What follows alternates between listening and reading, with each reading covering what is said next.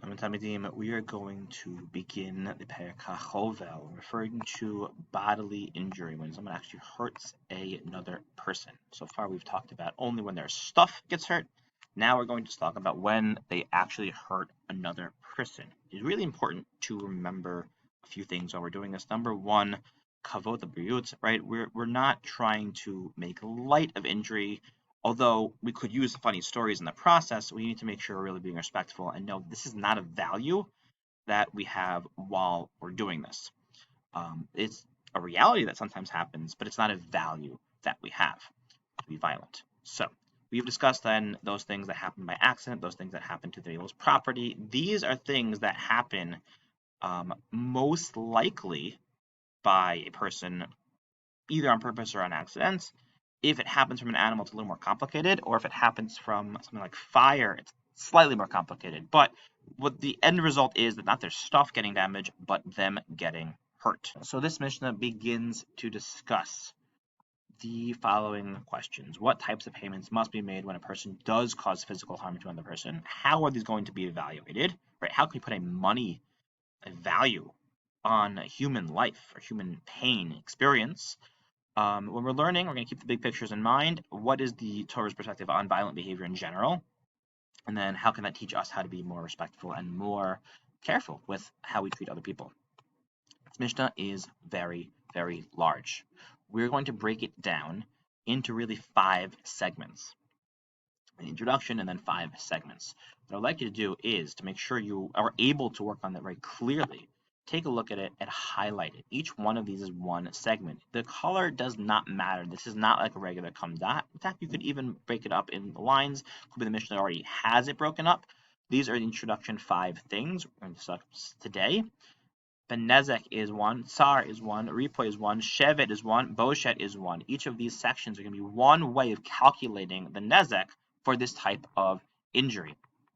So highlight these sections, make sure you have them clear, and we're going to do each of them one by one later as we learn this Mishnah. Now, the first word you need to know is haChovel. This is what we can refer to anyone that is hurting, right? The mazik of a case of chavala is going to be the chovel, the person who hurts another person. However that happens, on purpose, on accident, with whatever mechanism, whatever tool, whatever happens, whatever story, they're the chovel. And the person is then the nizak still that got hurt. We have 5 things the Mishnah introduces, kind of like the Arba Avot Nazikin. Here it's 5 types of chavala. Chovel bechaveru chayav alai mishum chamisha devarim. There are 5 things that a person could be chayav for if they hurt another person. There's nezek, tsar, ripoy, shevet, and boshet. These are 5 different categories. A case of chavala could have all 5. It could have just one of them. It could have any one of them depending on what happened. We're going to define those now. So be prepared. As we go along, you could take them down. You could take them all down as we're finished. Either way is fine. The first category is nezek. Nezek refers to permanent injury. There's no way of fixing that. Now, you could use something like a prosthetic leg to compensate for it, to deal with that fact, but the leg is never going back. If someone permanently injures someone, permanently disfigures, knocks out an eye, a tooth, permanently causes some harm that cannot be fixed, only dealt with, that is a case of nezek. It is a little confusing because nezek on the one hand earlier meant all damage, and here it means something very specific, but that's what it is in the case of parak chovel. Nezek is then permanent injury. The second type of payment possible is tsar. Tsar is pain. We're going to have to figure out, this is, I think, the most complicated to give a dollar sign to, because how do you pay for pain? Right? We're going to see there is a system how to do that in the Mishnah, but it's depending on how much pain there was. Now, if there was no tsar, if there was no pain, there's no payment for pain. Similar to, if there's no permanent damage, there's no payment for nezek. It really depends on the specific story, what is going to be part of the payment and what is not going to be part of the payment. But tsar is that second category. Ripoy is the third. Medicine is expensive. Going to the hospital is expensive. Going to the doctor is expensive. It really always was. If someone hurts someone else, then they have to pay for their medical expenses. We're going to figure out how is that calculated, but whatever the payment that is related to that medical expenses are, we'll see how do we define that, how to determine what is part of that, what is not part of that, will be categorized under reploy, that part of the having to pay back. Shevet is going to be the loss of income. If someone's hurt and they're recovering, they can't go to work. They can't go to work, they don't get paid, they can't run their business, whatever it may be. If the chovel has caused the person to not be able to go to work or miss out on something like that, they have to pay shevet. We're going to see how that's calculated also. It's going to be a little surprising, possibly the most surprising of all of them. That is the fourth category. And boshet is the payment for embarrassing. If the person is embarrassed by the case of chavala, of injury, there is actually a payment for that emotional damage, the emotional embarrassment caused, the emotional distress.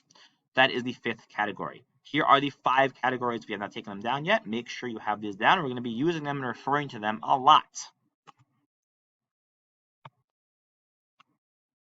So, where do these come from? The next step, what you're going to be doing next, is finding the pasuk. Actually, all of these come from a pasuk in Parshat Mishpatim, mostly Parshat Mishpatim.